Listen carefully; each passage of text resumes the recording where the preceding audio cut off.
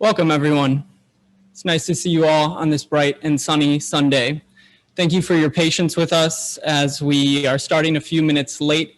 We attempted to use a brand new tech setup this morning, and we're still working out the kinks. So thank you for your abundance of patience as we've been trying to get going this morning.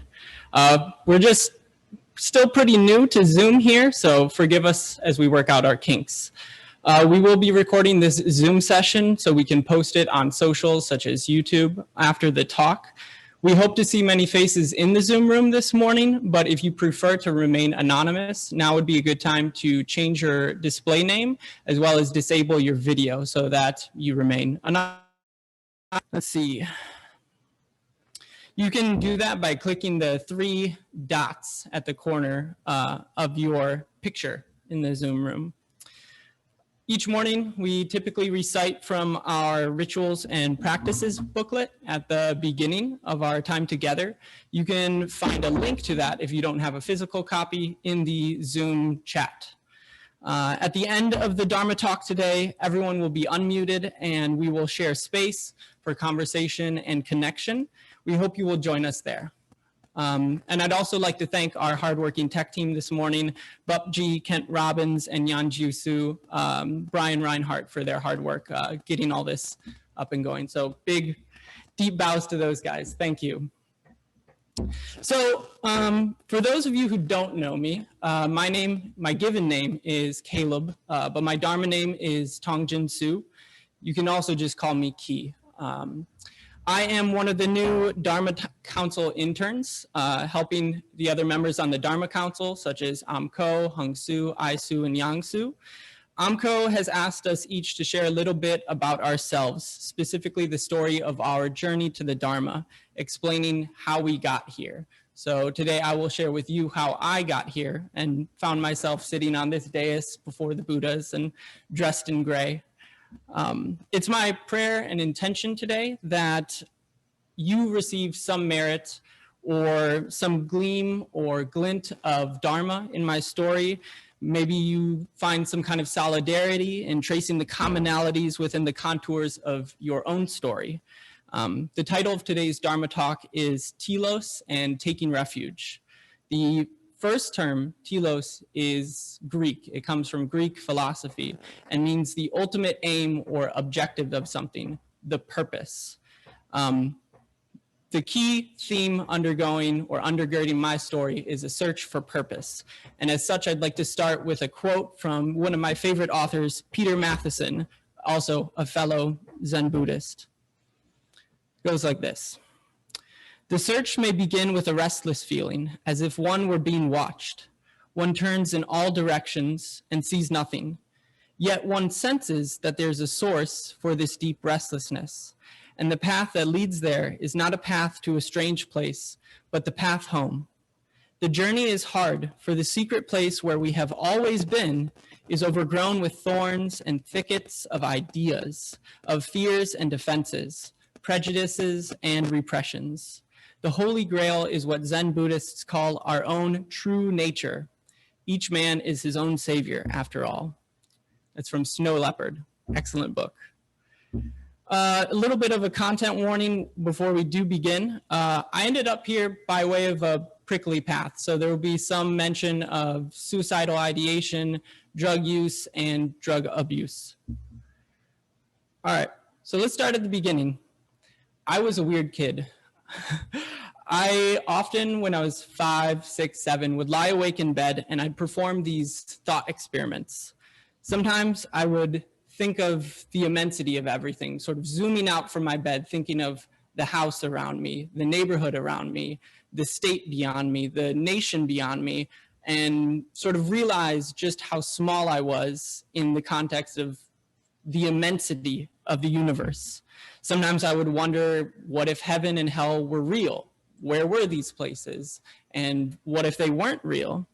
I would think of different iterations of myself throughout time, like who was me last Christmas? Or who is the Caleb next Christmas? Who was Caleb yesterday?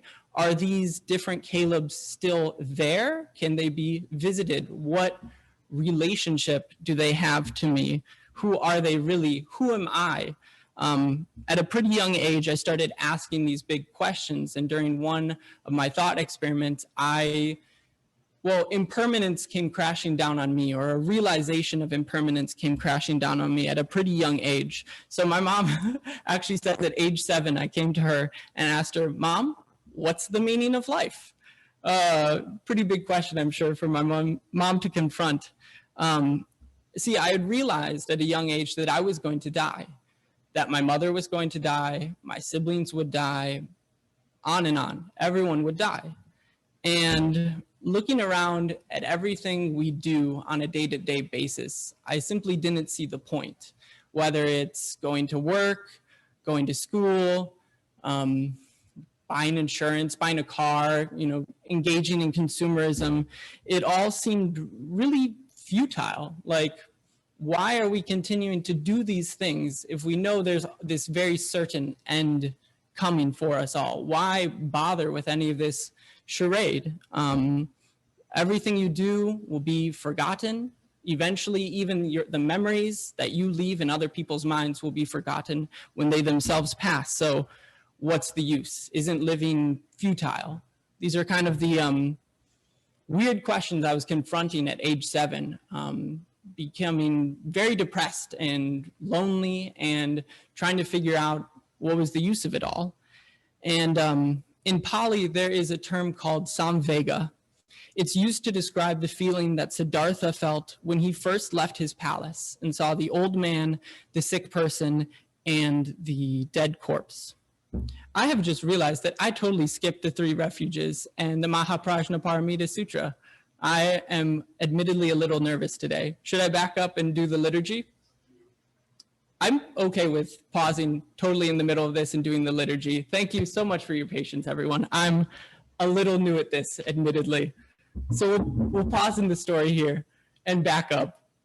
Please get out your rituals and practice this handbook. We'll recite the 3 refuges together.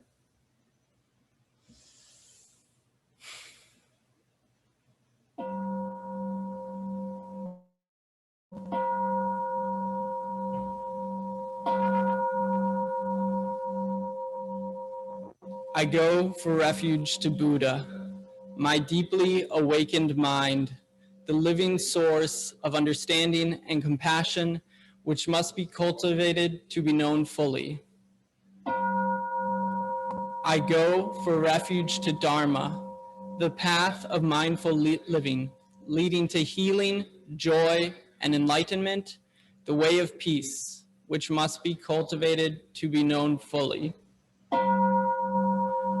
I go for refuge to the Sangha, the loving and supportive community of practice, realizing harmony, awareness, and liberation, which must be cultivated to be known fully.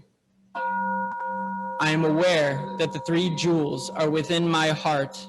I vow to realize them. I vow to understand living beings and their suffering.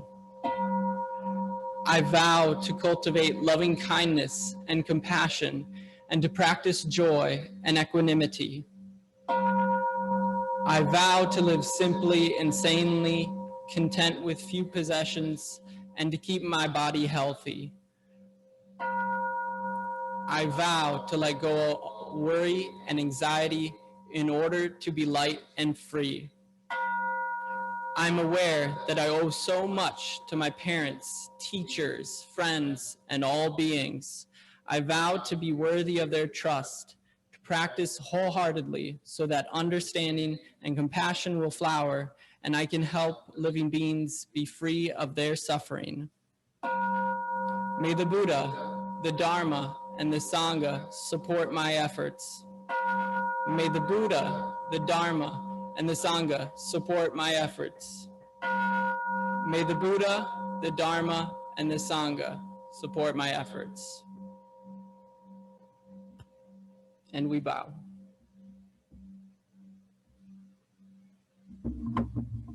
Next, we will recite the Heart Sutra, reciting the name of it as well at the beginning.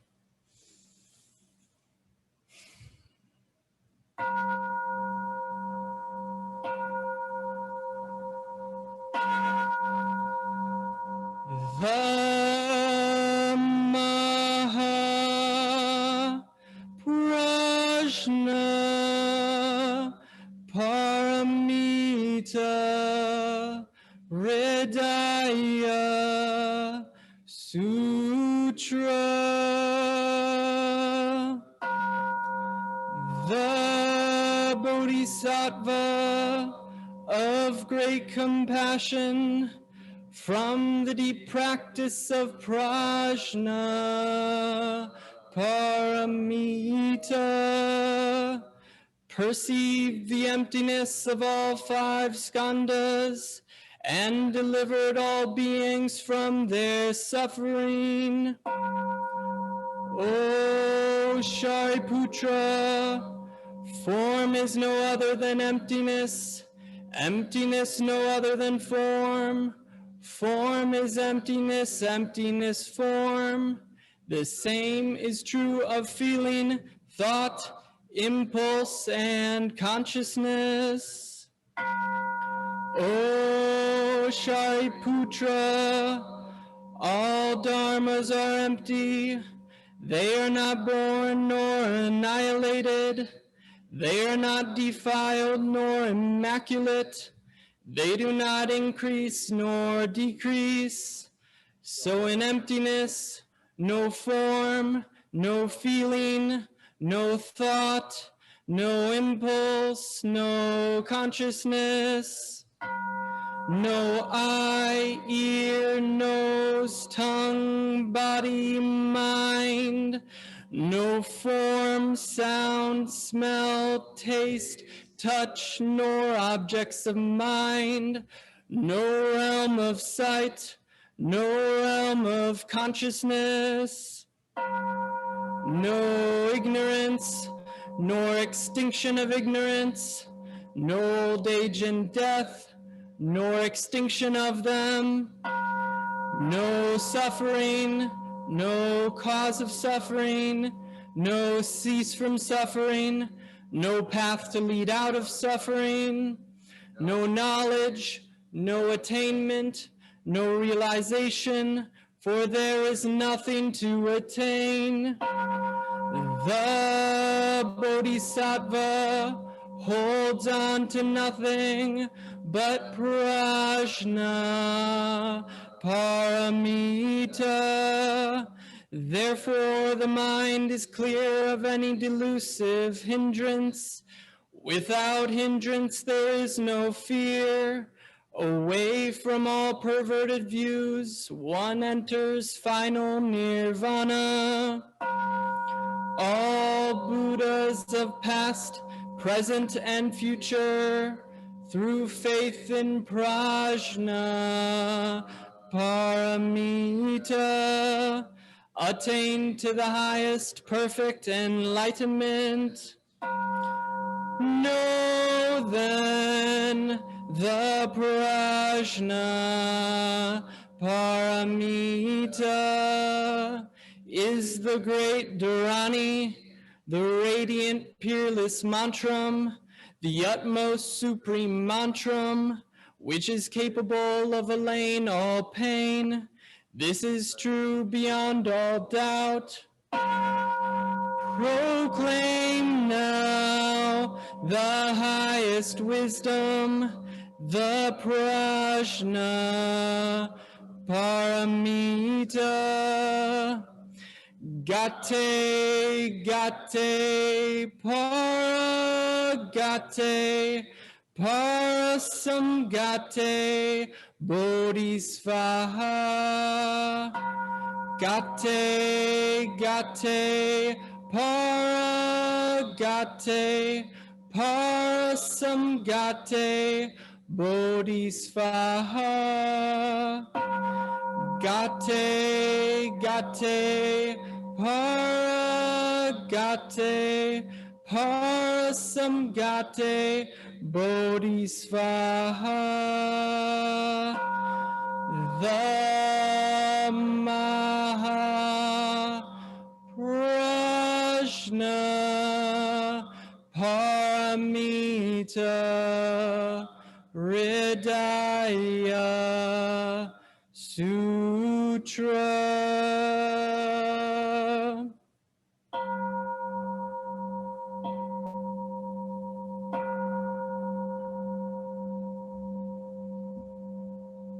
And we bow.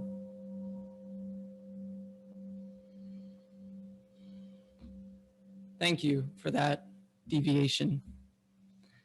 All right, so back to 7-year-old Caleb, the depressed existentialist.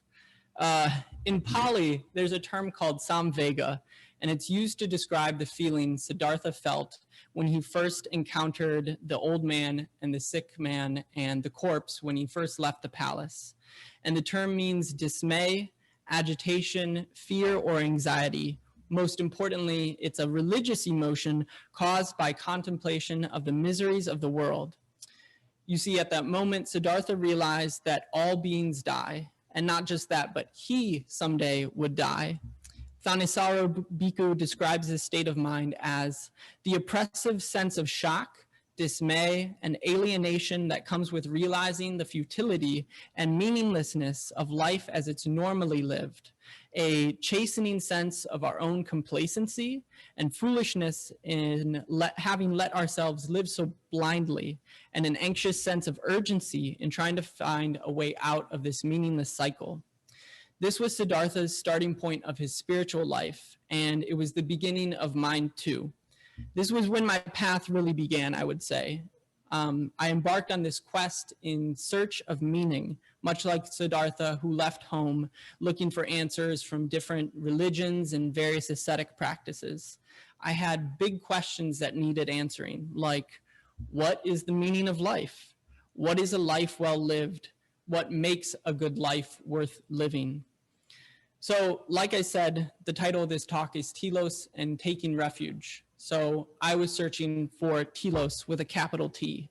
For the next 10 years or so, I would tenaciously search for answers to these questions, trying on different worldviews and beliefs, studying philosophy, exploring my consciousness, and coming up empty-handed in many domains. And first there was Christianity. That was the context I was raised in. My siblings and I were homeschooled, so in addition to reading, writing, and arithmetic, we also got a good education in Christian theology. And my mother, when I came to her with this spiritual crisis at a young age, did the best she could to help me with the resources available to her, like the Gospels, Ecclesiastes, and The Purpose-Driven Life by Rick Warren, which was pretty popular at the time. I didn't find any of these answers satisfying, though. When those didn't help, we tried psychiatry. I was diagnosed with depression and prescribed SSRIs. I found over the course of taking those SSRIs, though, that personally those didn't help me. Sometimes I felt a little bit more emotionally balanced, but ultimately they couldn't answer my questions or sate this hunger for meaning in my belly. So I gave Christianity a really good run, though. I was a good Christian kid, and I studied more than just theology, but its subsections like eschatology, hermeneutics, apologetics, etc. My faith became this massive intellectual exercise. I thought if I could just understand God on a mental level, or make sense of the Bible, or get the facts in a row the right way, it would finally click for me. At the non-denominational megachurch that I attended growing up, I saw that there was an emotional component too. People would have these religious experiences, raising their hands during worship service.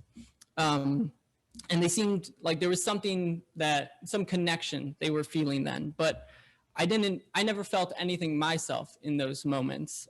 Try as I might to find God with my mind, I could not. And find him with my heart, I could not either. So eventually, I just gave it all up. I let it drop somewhere around the age of 17. I decided I was done with Christianity, and in my rejection, I dove in the complete opposite direction towards atheism.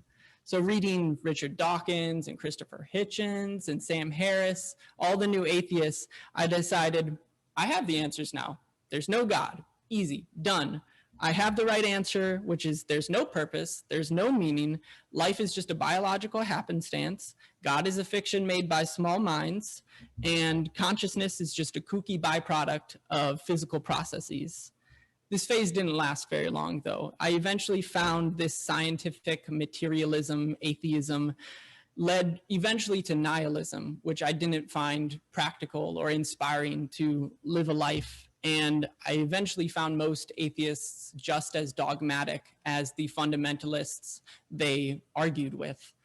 So sometime around 18 or 19, I instead turned to the existentialism of Nietzsche and Camus. And things started to change at this point. I was in my nascent stages of forming an adult identity. I wore black and thought about death a lot, listened to a lot of really depressing music.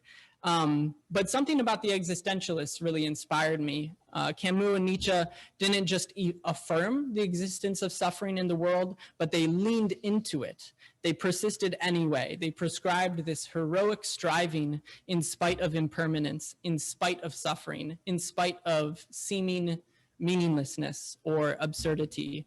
I was taken by this romantic image of the existentialist hero who knows life has no inherent meaning and therefore creates his own reality, like an artist with the instrument of his own willpower. So it was around 19 or 20 that I eventually went off to college, and I decided I would study philosophy.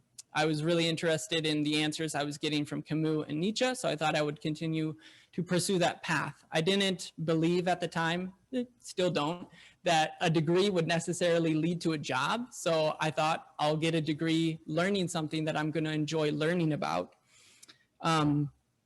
So at that stage, it wasn't just the classroom where I was exploring these questions, but I was doing a lot of metaphysical empiricism, as Houston Smith called it, outside of the classroom. A lot of themes collided at this moment, like many streams joining to a river, and it's hard for me to say in a causal sequence what happened when. It was more many things colliding all at once. Psychedelics, spirituality, and travel. My wanderlust led me in 10,000 different directions and dimensions over the course of my 20s.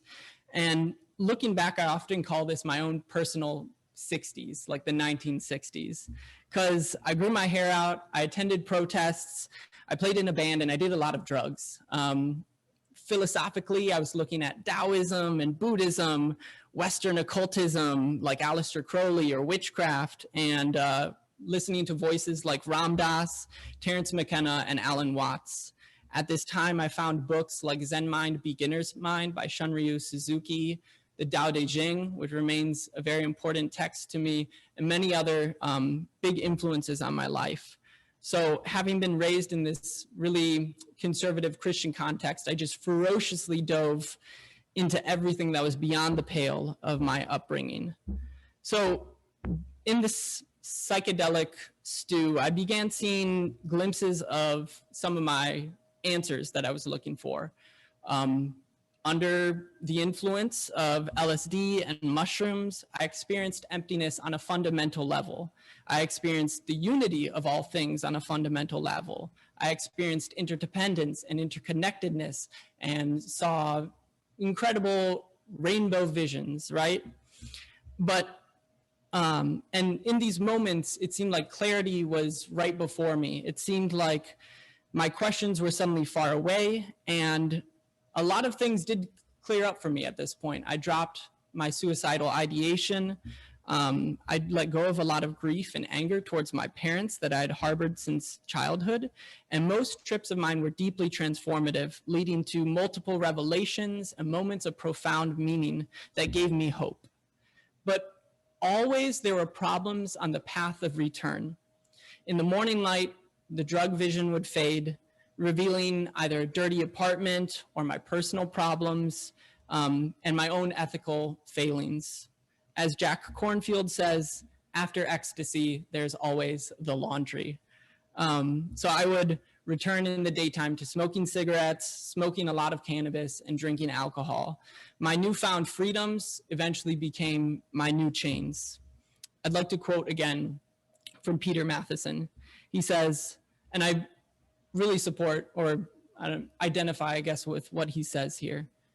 Now those psychedelic years seem far away. I neither miss them nor regret them. Drugs can clear away the past, enhance the present, and point the way toward the inner garden, but they can only point the way. Lacking the temper of ascetic discipline, the drug vision remains a sort of dream that cannot be brought over into daily life. Old mists may be banished, that is true, but the alien chemical agent forms another mist, maintaining the separation of the I from the true experience of the one. At this same time, I started semi-regularly attending Ancient Dragon Zen Gate, a Soto temple in Chicago, led by Taigen Dan Layton. It seemed at that point like Buddhism was a way for me to integrate these experiences. I later realized that without the ethical backing or grounding, one's psychedelic experiences can just melt away. So I needed some kind of tradition to ground myself in. Moments of clarity were fleeting during meditation at AZDG, but they did give me hope that there might be more forthcoming in the future. As for the temple environment, it was a little formal. I never felt totally welcome. It seemed like if you moved the wrong way, you might do something wrong. So I never fully embraced Dharma at this point, but I continued pursuing that path, reading a lot of books on my own. I do remember one particular moment though, reading Buddha by Karen Armstrong, all in one afternoon. It's a really sweet and simple book where she breaks down the story of Siddhartha, the Four Noble Truths, and the Eightfold Path. And I remember putting down the book and being like, okay, I think this is for me. After graduation though, I had a myriad of ideas of what to do with my life, but not many actual tangible options. I had dated a girl from Michigan all throughout college, basically. So when I graduated, I think that this happens for a lot of people. You look at this person you're entangled with and say like, well, I don't know what I'm doing with my life, but you're coming with me. And we foolishly made the decision not long after I graduated to get married. And after only a couple months, we realized it was a mistake and made the decision to go our separate ways. Luckily, it was a relatively easy divorce, but at the time I was living in Flint. I didn't want to go back to Illinois where my parents lived with my tail tucked between my legs. So instead, I moved in with my sister here in Grand Rapids. And I remember before I had even gotten to Grand Rapids, I searched on Google Maps actually, Buddhist temples. And this place came up actually. And within, I think, 3 days of moving here, I attended my first service here at the Grand Rapids Buddhist Temple and Zen Center. And I find it really delightfully synchronous that Shane Kaji-Su, good friend of mine, is here this morning, as well as Hung Su, my teacher, as they were the first people who I talked to and greeted me at temple that morning. I remember it was a potluck day and I felt really bad that I hadn't brought anything to share. And it was either Hung Su or Shane who reassured me. They were like, no, there's always enough food to go around. Come downstairs, join the party. And it was such a contrast to me versus the Soto temple I attended in Chicago, which was very formal, whereas this seemed like a family. That moment was about 5 years ago now. And over the course of these 5 years, I've come and gone from Grand Rapids, but always returned back to this place and always returned back to this temple. And I'm grateful for this temple, whether it's the preceptor class or the Bodhisattva classes, as they've allowed me to more deeply integrate the Buddha's teachings. I've taken a lot of, treasures or souvenirs with me from my path. A lot of the things I've let drop, like psychedelics, for instance, or cannabis, as I eventually found them not useful or not skillful means toward enlightenment or daily life, living the Bodhisattva vows. However, there are a few things I still maintain. I'm still interested in astrology. I still throw tarot cards and engage in some of the woo. But at this point in my life, Buddhism is my foundation. The Four Noble Truths are my foundation. The Heart Sutra is my foundation. Whatever I do, whether it's work, some other esoteric practices, or engaging with family and friends, at this point, the path of the Buddha is what I strive to live by. And it's funny, I had all these questions, right? And at this point, I've realized that the answers were fairly obvious, but I had to take this weird prickly path to realize that they were obvious. I realized that the meaning of life is to live it, that suffering is a part of it, and the best way to deal with suffering is by sitting with it, sitting alongside it, breathing through it. So who am I now? I'm a newfound father. I'm very grateful to my partner, Taya, who's home with our newborn daughter right now. I'm a humble plumber, and I'm a Buddhist committed to this path. When I took the precepts, Hung Su gifted me with a Dharma name, Wenshu Pungyu Su. And later on, Susan gave me the Korean version of that name, which is Tongjin Su. But both mean a friend of Manjushri. For those of you who don't know, Manjushri is the Bodhisattva of wisdom. He's often depicted holding a flaming sword. That flaming sword is meant to represent the clarity of mind, or an illuminated mind that is able to divide truth from untruth, illumination from delusion.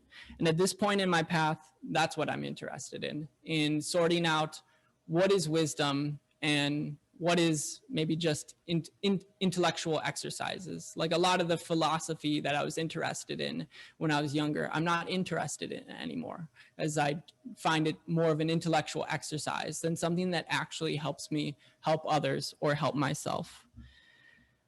So nowadays, I would say that I really agree with the words of the Shin Meng, that the way or ultimate reality is beyond language, but not beyond our comprehension. It can be known intimately, but to really find the answers, one must meditate. Thank you.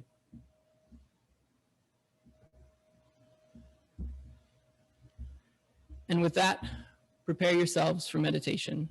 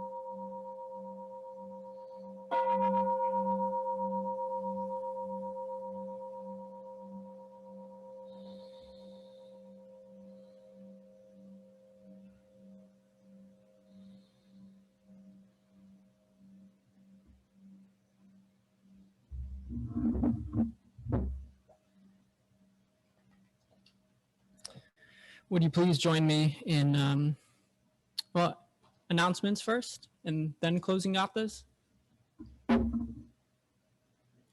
Give me a moment.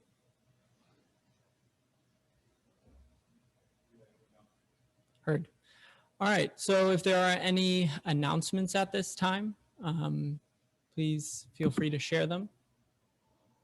Yeah, well, that's the thing. I don't know how I can know that the announcements are occurring, but this would be the time to do them.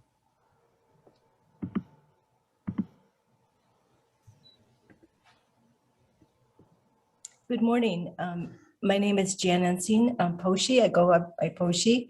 I wanted to welcome all of you this morning, and thank you, Caleb.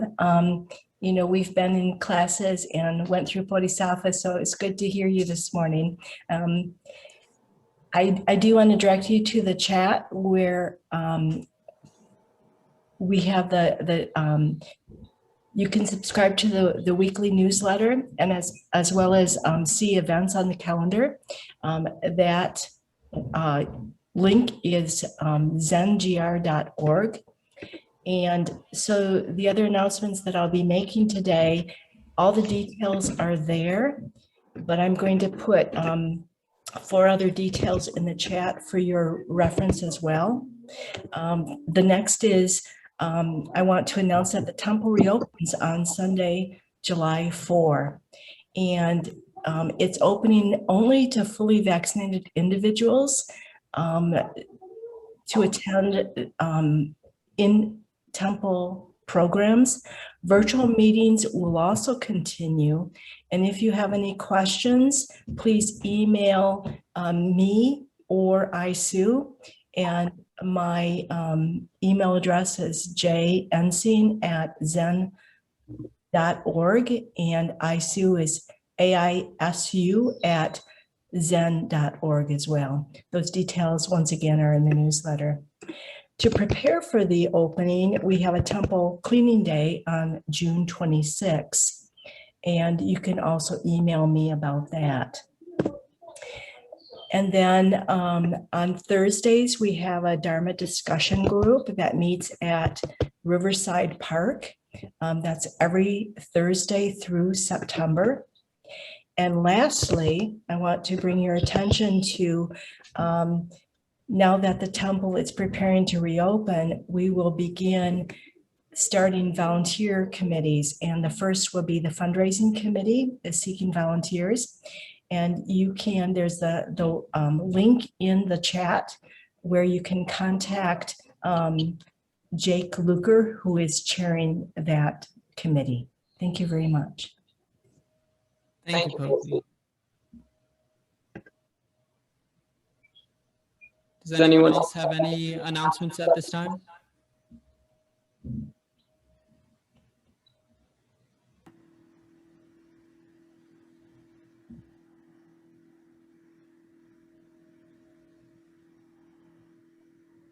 All right. Join me as we move to our closing gathas.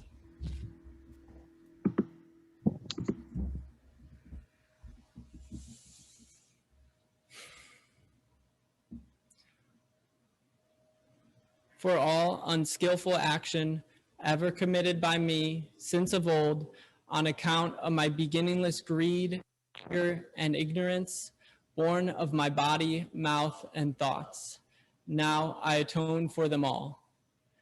Vast is the robe of compassion, a formless field of benefaction. I wear the Buddha's teachings for the benefit of all sentient beings. All beings, one body, I vow to liberate. Endless blind passion, I vow to uproot. Dharma gates without number, I vow to penetrate. The great way of Buddha, I vow to attain.